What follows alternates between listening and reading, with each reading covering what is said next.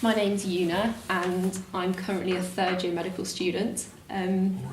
Yes, so I finished next year. I've only got 1 year left to go. I've done a 4-year course. And yeah, so I graduated from BASc in 2016. I did the 3-year degree. I didn't go abroad. And I did health environment as my major and society as my minor, and then Japanese in my first year for my language, and then German for the second and third years. And I guess I was pretty unusual because when I started BASc, I already knew that I wanted to do medicine straight away. I've made that decision when I was in school, probably doing my GCSEs, that medicine was the career path for me.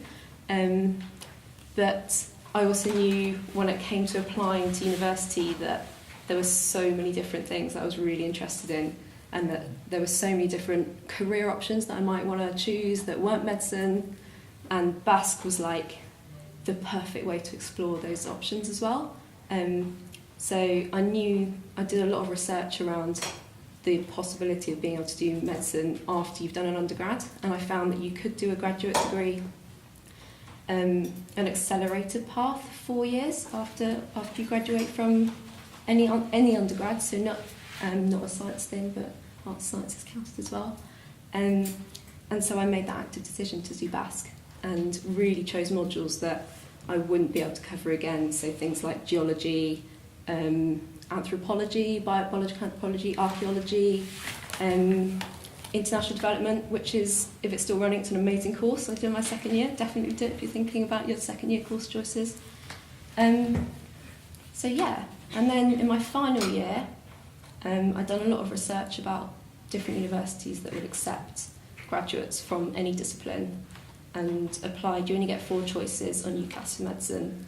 And I applied in my final year in September, got my offer for Nottingham, which is where I'm studying now, about April time, and then went straight in after I graduated from BASc in 2016.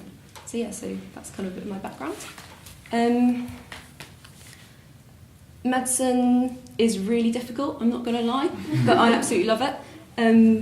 The first 18 months I was just with other graduates, and we learned in a style called PBL, so problem-based learning, where you split into groups of 8, and every week you get a case, which is like a patient scenario, and you explore the whole case and you come up with learning areas that you want to think about, and then all of the lectures and workshops that week are based around the case, and you teach each other different elements that you decided are interesting and important, and then you find out, you sort of order investigations and you look at x-rays and different things around that patient, and you decide what's wrong with them, come up with a management plan, and then find out whether you've got the diagnosis right, basically. It's kind of like an episode of House every week. It's really there is a right quite answer, exciting. Is there? There is a right answer, yeah.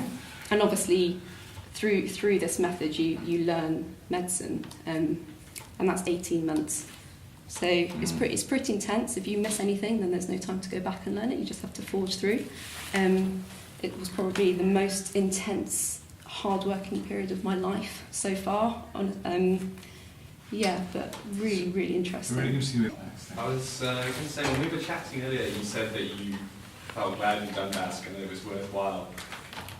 What makes you feel that way? Obviously, it helps you with retaining knowledge and learning new things and communicating your knowledge to patients. Yeah. But do you feel it's helped you in other ways in your life, or is it just like you would have regressed it if you hadn't tried learning these other things as well? Yeah, so actually when I speak to graduates other med students who are graduates, and then doctors, and then the undergrads as well, who haven't had that experience of another degree, everyone on the whole agrees that medics who have done a degree previously and then even had a career and come to medicine in their late 20s or early 30s really have an advantage over those students who've just come straight from school. And I'm not sure whether that's just the mindset that we have, or that just extra bit of maturity.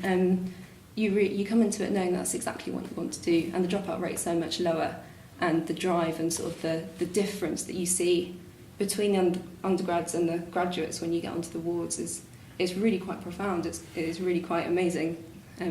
Everyone catches up eventually, but initially you can definitely see an advantage there. Did you ever have a wobble on the BASc where you thought, actually, I'd rather be a lab scientist, or work for the World Health Organization or anything like that? Was it tempting, or did you actually manage to keep your focus? Yeah, so actually, I almost wanted BASc to sort of to give me a different career, because I knew medicine would be such a slog. But yeah, so in a way, I was using BASc as a way to try and find other career paths. Test yourself. Yeah, and I did object lessons was one of the core modules, and thought actually curation might be really interesting. You know, you can combine the two now. Thomas has a new course using objects for health. Oh really? Yeah, you talk to him. yeah. But actually, like now, so I did that. I mentioned I did an international development module, and I am really interested in policy and really interested in public health. So potentially, in the future, I might want to do a master's in public health or global development or something, and combine that as part of my career as a doctor. Right. Yeah. Brilliant. Thank you so much.